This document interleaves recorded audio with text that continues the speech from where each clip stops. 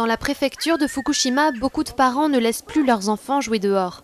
Avec des taux de radiation élevés détectés dans des zones pourtant éloignées de la centrale nucléaire, certains d'entre eux sont extrêmement inquiets au sujet de la santé de leur progéniture. Je suis sûre que mes enfants ont été exposés, mais je ne sais pas quelles peuvent en être les conséquences. Ma plus jeune a souffert de diarrhée pendant un moment et je me demande si c'est à cause de la radioactivité. C'est pour ça que je suis venue voir un docteur. Pour tenter d'apaiser leurs craintes, les familles inquiètes se rendent dans des cliniques ouvertes à tous où elles consultent des médecins bénévoles. Ces derniers gardent une trace de tous les symptômes qu'ils observent chez leurs patients afin de les étudier plus tard. Si nous menons des recherches approfondies, dans quelques années nous pourrons mesurer les effets des radiations à Fukushima. Et s'il s'avère qu'il y a bien eu un impact, on ne pourra pas simplement dire « désolé ». Alors que l'incertitude quant aux effets des rejets radioactifs augmente, certaines familles sont face à un dilemme. Rester chez elles ou faire leurs valises et quitter la préfecture.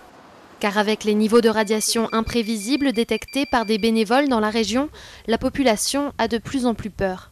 Selon le gouvernement, le taux d'exposition dans cette zone ne représente qu'un tiers de la dose limite d'exposition annuelle qui présente un risque de cancer minime.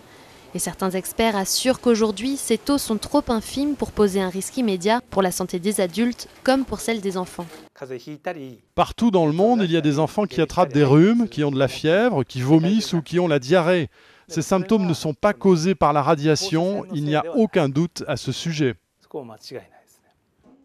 A l'inverse, le stress et l'anxiété sont considérés comme des facteurs de risque importants pour le bien-être des enfants et de leurs parents.